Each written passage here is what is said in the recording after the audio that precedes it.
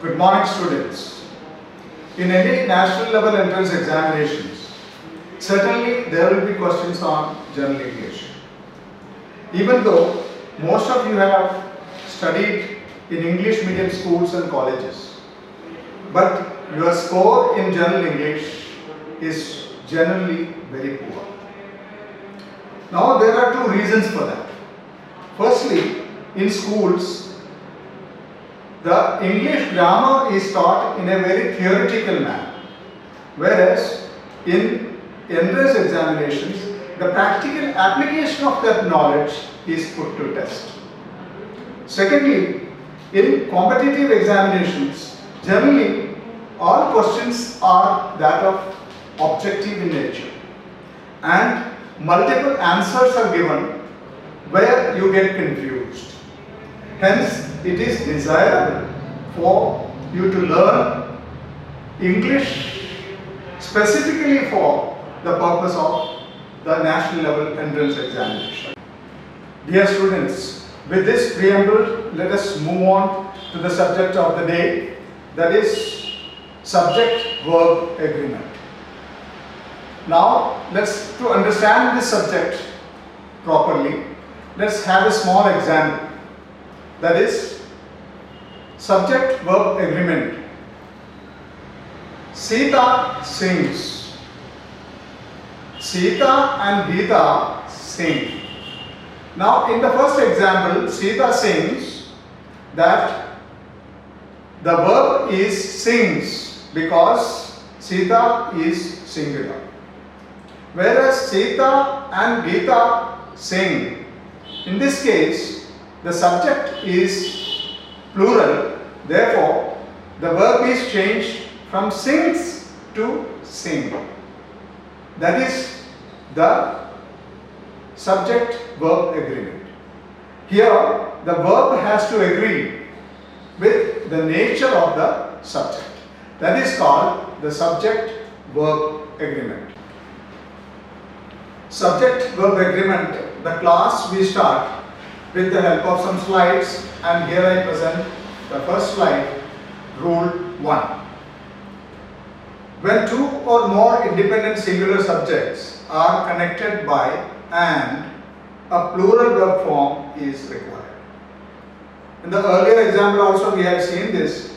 Now see in this example, he and his mother do not like Rekha. Deepak and Kapil are relatives.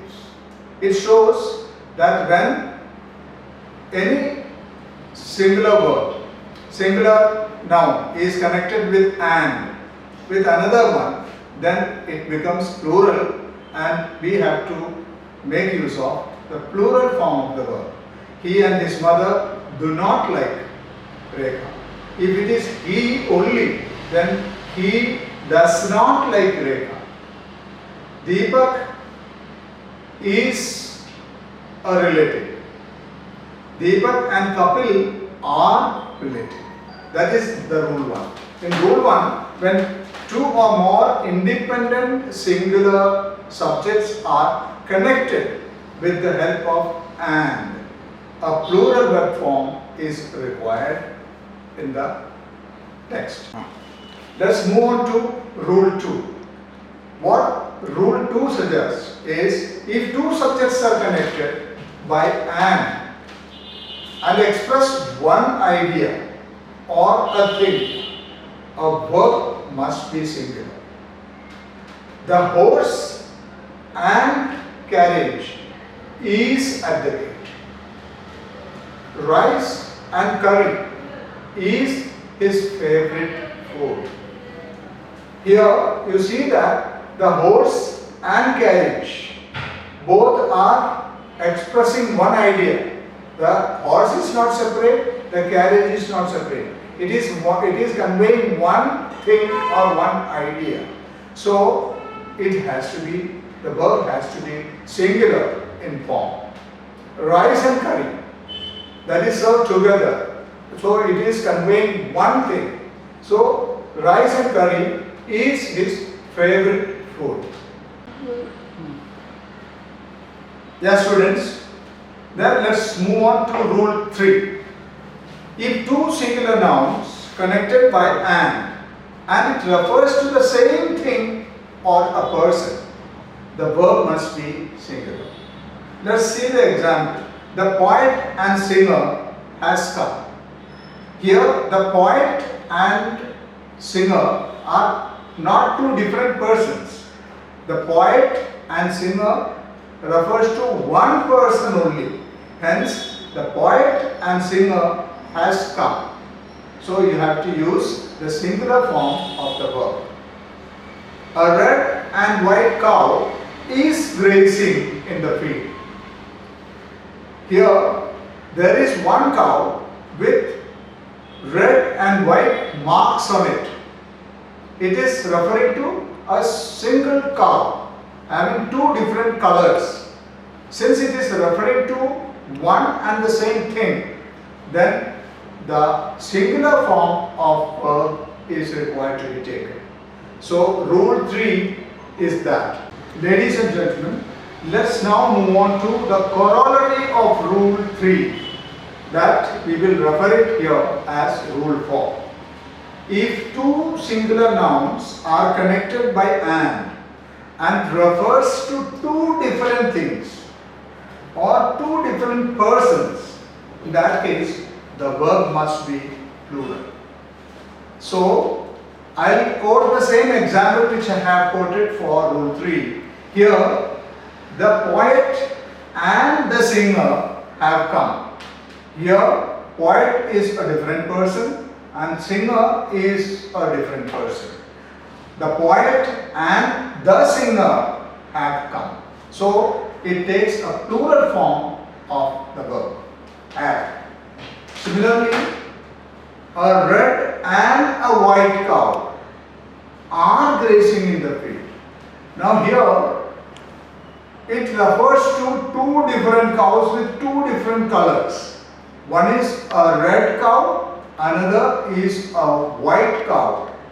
So a red cow and a white cow are grazing in the field. Means it refers to two different things. Hence it takes a plural form of the verb. Then that is, they are grazing in the field. Yeah, students, let's move on to rule 5. When we use certain words such as with, together with, as well as, except, etc., then a singular verb is required to be used. So the rule number 5 is when the words are added to a singular subject by, with, together with, as well as, except, etc., a singular form of verb is required to be used. For example, the king as well as his courtiers has arrived. The captain and his team was welcomed. So here you see it refers to a singular subject along with something more. So that is a king as well as his courtiers, or the captain and his team. So in this case we have to use the singular form of verb. So next is our rule number 6. A singular verb is required with expressions like every, each, someone, nobody, anybody, none, one, somebody, etc. When we use such expressions, then we have to use a singular verb. Like nobody was there. Each of his friends is intelligent. So see the example. Each of his friends is intelligent. Nobody was there. Is there anybody?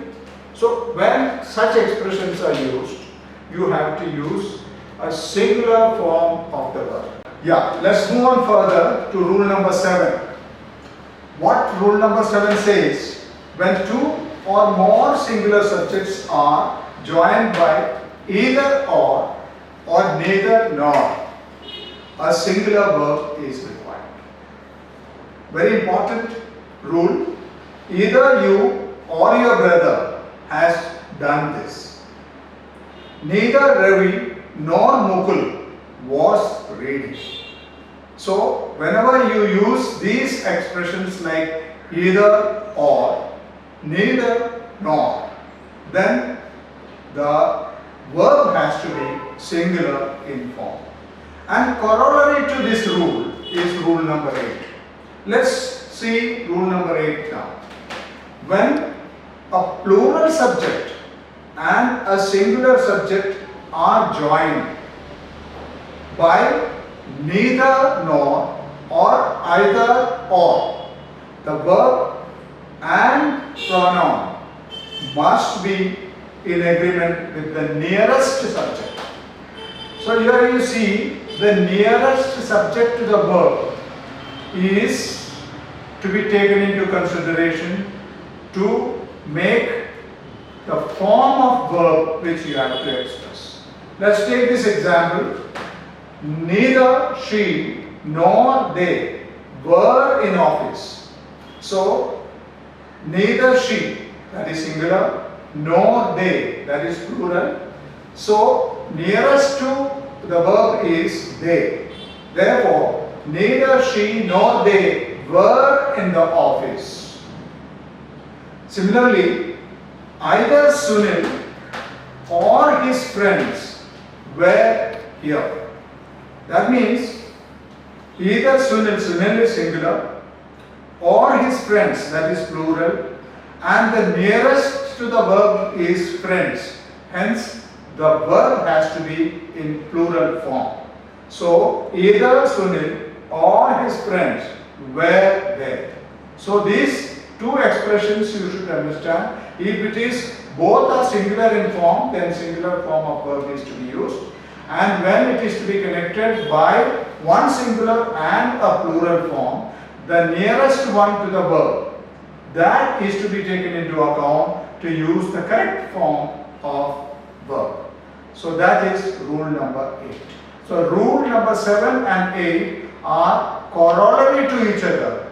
One, that is rule number 7, is pertaining to two singular subjects, whereas rule number 8 is one singular and one plural subject.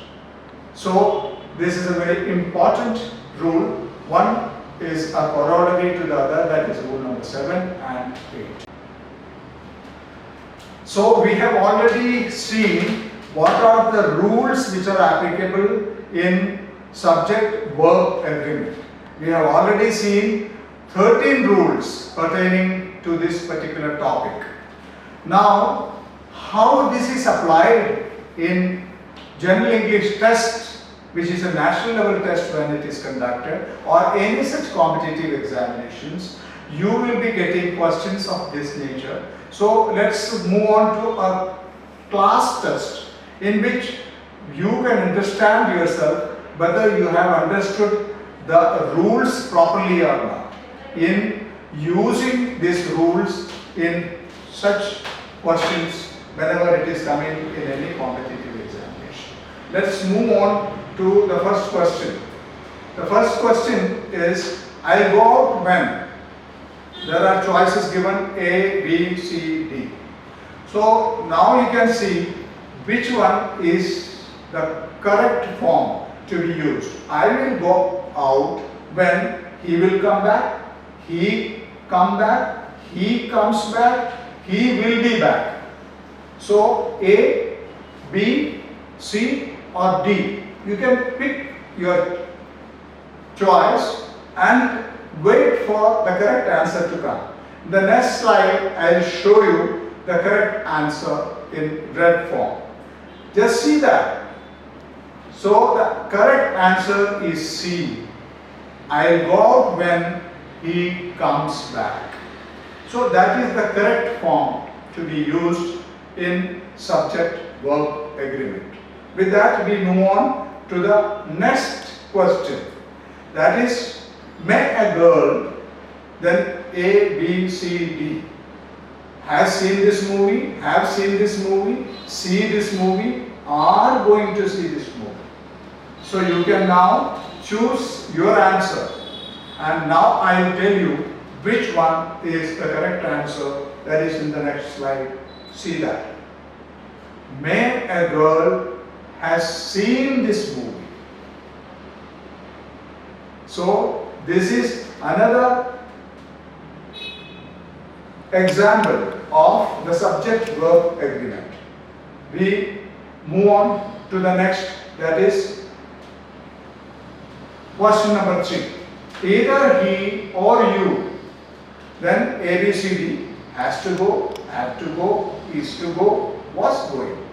So now the correct answer is either he or you have to go. Okay. Then let's see the fourth one. The father with his sons. A was sleeping, B have slept, C are sleeping, D sleep. The father with his sons, the correct choice in this case is was sleeping. Father with his sons was sleeping. Then question number 5. She or her friend dash loudly. Are laughing loudly, have been laughing loudly, were laughing loudly, was laughing loudly. So you can make your choice, and the correct answer is she or her friend was laughing loudly. Question number 6. Having worked hard, he, Alpha, felt tired, Bravo has felt tired, Charlie feels tired, Delta feel tired. So the correct answer in this is,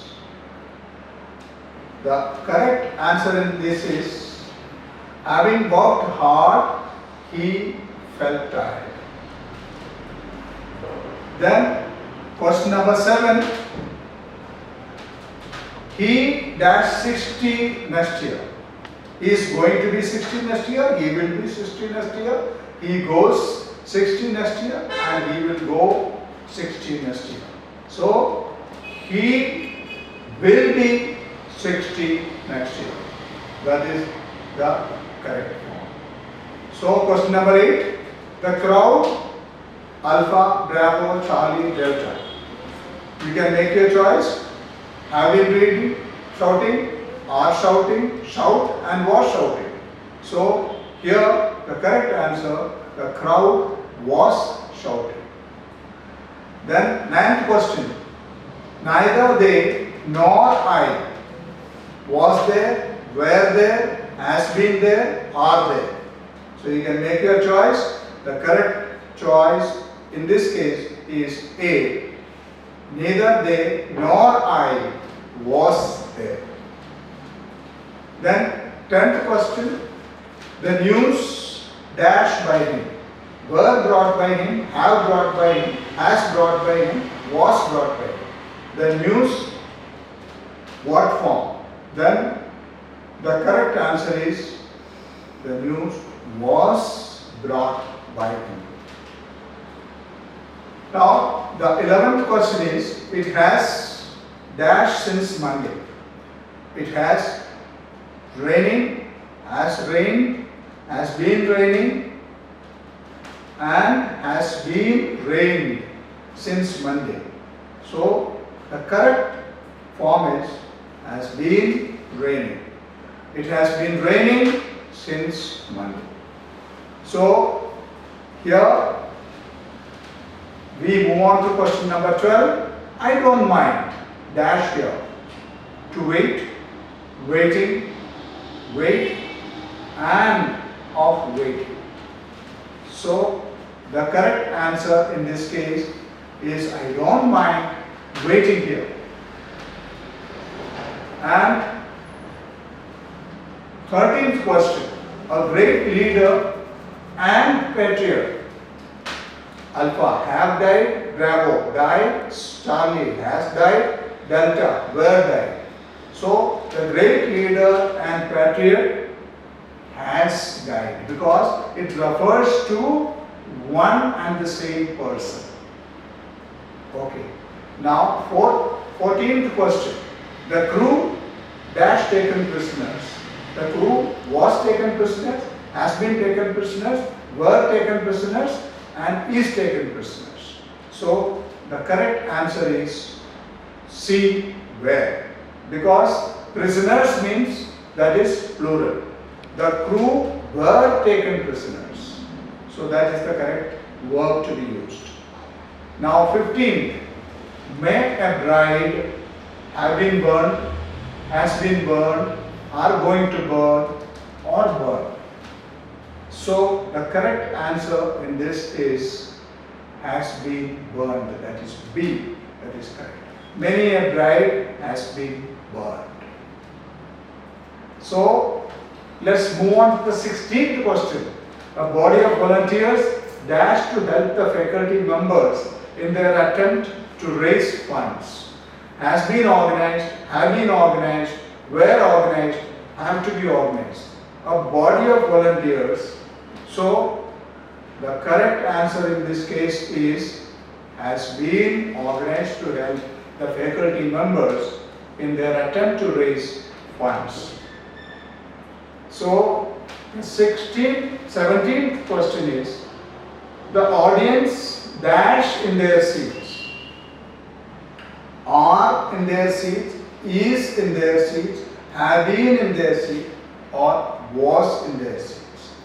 The correct expression in the verb will be the audience are in their seats, because audience has got only one form, always that is used in singular form, but their seats indicates that the more number of people are there. So the audience here, the verb has to be in agreement with the subject. So are is the correct form, the correct answer. So with this we have seen that how this particular subject verb agreement rules are applicable to the day-to-day expressions we make in various communications, whether it is speaking or it is written. In both forms you have to be grammatically correct. To use the correct grammatical form of the verb, you have to follow these. So what we have seen today is in subject-verb agreement, there are 13 rules. If we follow these rules rigidly, then you will not go wrong in answering those questions whenever it appears in any competitive examinations. So you have to follow them as per rules. It is something like the rules of various mathematical equations. Similarly, in English language also, you have to follow these rules rigidly so that you do not go wrong in expressing or in using English language, whether it is written form or it is a spoken form. So please follow the subject-verb agreement whenever you use such kind of expressions. So this is what is there in today's class, that is subject-verb agreement. Thank you.